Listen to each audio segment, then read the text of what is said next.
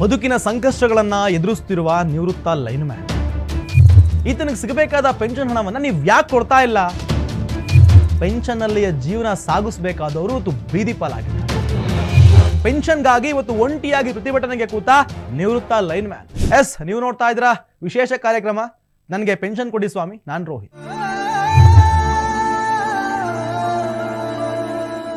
ಅಪಾಯ ಅಪಾಯ ಅಪಾಯ. ಹೌದು ವೀಕ್ಷಕರೇ, ಲೈನ್ ಮ್ಯಾನ್ಗಳ ವೃತ್ತಿ ಜೀವನಾನೇ ಹಾಗೆ. ಅಪಾಯದಲ್ಲಿಯೇ ಪ್ರತಿ ಕ್ಷಣವನ್ನು ಕೂಡ ದೂಡಬೇಕಾಗತ್ತೆ. ಒಂದು ಕ್ಷಣ ಹೇಗ್ ಬೇಕಾದ್ರೂ ಆ ಸಾವು ಬರಬಹುದು ಅಂತ ಗೊತ್ತಿದ್ರು ತಮ್ಮ ಕಾರ್ಯಕ್ಕೆ ಚ್ಯುತಿ ಬರದೆ ತಮ್ಮ ಪ್ರಾಣವನ್ನ ಒತ್ತೆ ಇಟ್ಟು ಸಾರ್ವಜನಿಕರ ಪ್ರಾಣಗಳನ್ನ ಉಳಿಸ್ತಾರೆ. ಅಂತಹ ಜೀವ ಇವತ್ತು ಬೀದಿಗೆ ಬಂದು ಕುಳಿತುಕೊಂಡಿದೆ. ಅದಕ್ಕೆ ಕಾರಣ ತಾನು ಸುಮಾರು 30 ವರ್ಷಗಳ ಕಾಲ ಕರ್ತವ್ಯ ನಿರ್ವಹಿಸಿದ್ದ ಅದೇ ಕಂಪನಿ.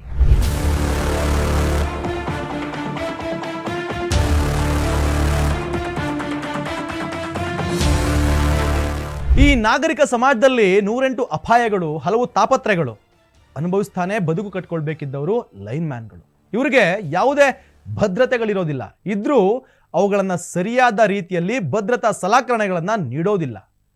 ಭದ್ರತೆಗಳಲ್ಲದೆ ರಾಜ್ಯದಲ್ಲಿ ಅದೆಷ್ಟೋ ಲೈನ್ ಮ್ಯಾನ್ಗಳು ಕಂಬದ ಮೇಲನೆ ಪ್ರಾಣಗಳನ್ನು ಬಿಟ್ಟಿರ್ತಾರೆ.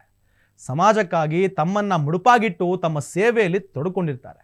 ಇಂತಹ ಅಪಾಯಕಾರಿ ಕೆಲಸವನ್ನ ಪರಿಪೂರ್ಣವಾಗಿ ಪೂರ್ಣಗೊಳಿಸಿ ನಿವೃತ್ತಿ ಹೊಂದಿದ ಲೈನ್ ಮ್ಯಾನ್ಗೆ ಇದೇ ಇಲಾಖೆಯಿಂದ ಅನ್ಯಾಯ.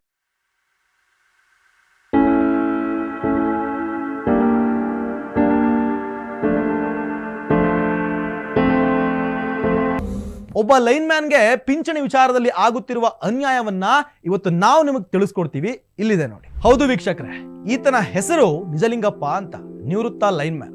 1997ರಿಂದ ಕಳೆದ 2 ವರ್ಷಗಳವರೆಗೆ ಗುಲ್ಬರ್ಗಾ ವಿದ್ಯುತ್ ಶಕ್ತಿ ಸರಬರಾಜು ಕಂಪನಿ ನಿಯಮಿತ ಬಳ್ಳಾರಿನಲ್ಲಿ ಯಾವುದೇ ಕಪ್ಪು ಚುಕ್ಕೆ ಇಲ್ಲದೆ ಪ್ರಾಮಾಣಿಕವಾಗಿ ತನ್ನ ಸೇವೆಯನ್ನ ನಿಭಾಯಿಸಿದ್ದವರು. ಕಳೆದ 2 ವರ್ಷಗಳ ಹಿಂದೆ ತನ್ನ ಕೆಲಸದಿಂದ ನಿವೃತ್ತಿ ಹೊಂದಿದ್ದಾರೆ. ಅಂದಿನಿಂದ ಇಂದಿನವರೆಗೂ ಅಂದ್ರೆ ಕಳೆದ 2 ವರ್ಷಗಳಿಂದಲೂ 1 ಪೈಸೆ ಕೂಡ ಈತನಿಗೆ ಸಿಗಬೇಕಾಗಿದ್ದ ಪಿಂಚಣಿ ಹಣ ಸಿಕ್ಕಿಲ್ಲ. ಈ ಪಿಂಚಣಿ ಹಣದಿಂದಲೇ ಜೀವನ ಸಾಗಿಸಬೇಕಾಗಿದ್ದ ನಿಜಲಿಂಗಪ್ಪ ಇವತ್ತು ತಾನು ಕರ್ತವ್ಯ ನಿರ್ವಹಿಸಬೇಕಾಗಿದ್ದ ಕಚೇರಿ ಬಾಗಿಲ ಹತ್ರ ಕುಳಿತುಕೊಂಡು ಟವಲ್ ಹಾಕಿ ಭಿಕ್ಷೆ ಬೇಡ್ತಿದ್ದಾರೆ. ಅಂದ್ರೆ ಅದಕ್ಕೆ ಕಾರಣ ಈ ಜೆಸ್ಕಾಂ ಕಂಪನಿ ಮತ್ತು ಸರ್ಕಾರಗಳು.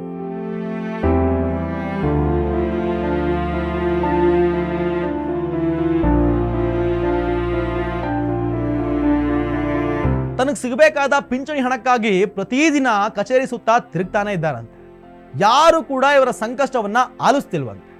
ಅಧಿಕಾರಿಗಳಂತೂ ಈ ಬಡವನ ಕಾಳಜಿಯನ್ನ ವಹಿಸ್ತಾ ಇಲ್ವಂತೆ.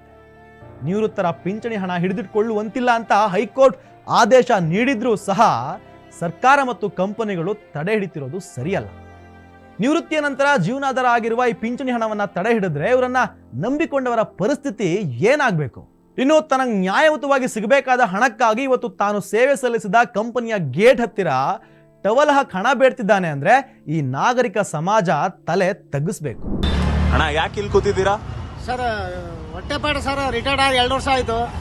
ಜೀವನ ನಡೆಸೋದು ಬಹಳ ಕಷ್ಟ ಐತಿ. ಈ ತರ ಭಿಕ್ಷೆ ಎತ್ಕೊಂಡು ಬದುಕ್ತಾ ಇದೀವಿ ಸರ್. ಯಾಕೆ ಪೆನ್ಷನ್ ಬರ್ತಿಲ್ವಾ ನಿಮಗೆ? ಪೆನ್ಷನ್ ಇಲ್ಲ ಸರ್, ನಮಗೆ ಪೆನ್ಷನ್ ಮಾಡ್ತೀವಿ ಅಂತ ಹೇಳ್ತಾರೆ. ಯಾವಾಗ ಮಾಡ್ತಾರೆ ನನಗೆ ಗೊತ್ತಿಲ್ಲ ಸರ್. ಎಷ್ಟು 2 ವರ್ಷ ಆಯ್ತು ರಿಟೈರ್ಡ್ ಆಗಿ? ರಿಟೈರ್ಡ್ ಆಗಿ ಸರ್. ಈಗ ಪೆನ್ಷನ್ ಕೇಳಿದ್ರೆ ಏನಂತಿದ್ದಾರೆ? ಪೆನ್ಷನ್ ಮಾಡ್ತೀವಿ ಅಂತಂದು ಹೇಳ್ತಾ ಇದಾರೆ ಸರ್. ಇನ್ನ ಮಾಡಿಲ್ಲ ಸರ್. ಮಾಡ್ತೀವಿ ಅಂತಾರೆ. ಮತ್ತೆ ಅಲ್ಲಿವರೆಗೆ ಜೀವನ ನಡಿಬೇಕಲ್ಲ ಸರ್. ಜೀವನ ನಡೆಸೋದು ಬಹಳ ಕಷ್ಟ ಆಗೈತಿ. ನಮಗೆ ಗೌರ್ಮೆಂಟ್ ಕಡ್ಲಿಂದ 1 ಸೇರ್ ಅಕ್ಕಿ 1 ಕೆಜಿ ಅಕ್ಕಿ ಕೂಡ ಕೊಡೋದಿಲ್ಲ ನಮಗೆ. ಅದಕ್ಕೋಸ್ಕರ ಈ ತರ ಮಾಡ್ತೀವಿ. ಈ ತರ ಎಷ್ಟು ವರ್ಷದಿಂದ ಇಲ್ಲಿದ್ದೀರಾ ಸರ್? ಇಲ್ಲಿ ನಾವು ಒಂದು 30 ವರ್ಷ. ಅಲ್ಲ ಈ ತರ ಇಲ್ಲಿ ಬಂದ್ ಪೂರದ ಎಷ್ಟು ದಿನದಿಂದ? ಇವತ್ತೇ ಸರ್ ಕುಂತಿರೋದು. ಇವತ್ತೇ ಫಸ್ಟ್?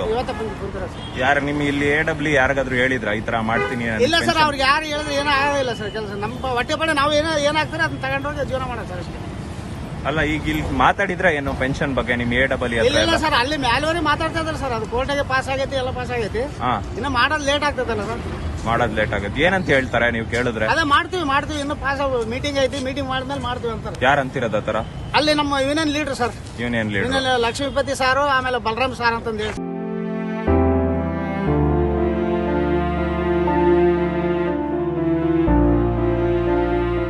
ಈ ಸಮಾಜ ಎತ್ತ ಸಾಕ್ತಿದೆ ಅನ್ನೋದು ನಾವು ನೀವೆಲ್ಲರೂ ವಿಚಾರ ಮಾಡಬೇಕಾಗಿರೋ ವಿಚಾರ. ಇವತ್ತು ಕೇವಲ ನಿಜಲಿಂಗಪ್ಪನವರಿಗೆ ಅನ್ಯಾಯ ಆಗ್ತಾ ಇಲ್ಲ. ಪೆನ್ಷನ್ ವಿಚಾರದಲ್ಲಿ ಅದೆಷ್ಟೋ ನಿವೃತ್ತಿ ಹೊಂದಿದ ಹಿರಿಯ ಜೀವಿಗಳು ಕಚೇರಿಗಳ ಸುತ್ತ ಅಲ್ದಾಡ್ತಿದ್ದಾರೆ. ಇಲ್ಲಿ ಸರ್ಕಾರ ಮತ್ತು ಅಧಿಕಾರಿಗಳು ಬೇಜವಾಬ್ದಾರಿ ವಹಿಸಬಹುದು, ಆದ್ರೆ ನಮ್ಮ ಈ ಅಶ್ವವೇಗ ವಾಹಿನಿ ಇಂಥ ಕೆಲಸವನ್ನ ಬಿಡೋದಿಲ್ಲ. ನಿಜಲಿಂಗಪ್ಪನವರು ಸೇರಿ ಇಂತಹ ಹಿರಿಯ ಜೀವಗಳಿಗೆ ನ್ಯಾಯ ಸಿಗೋವರೆಗೂ ನಮ್ಮ ಚಾನಲ್ ಹೋರಾಟ ನಿಲ್ಲಿಸೋದಿಲ್ಲ. ಇದಾಗಿತ್ತು ಈ ಹೊತ್ತಿನ ವಿಶೇಷ. ನೋಡ್ತಾ ಇರಿ ಅಶ್ವವೇಗ.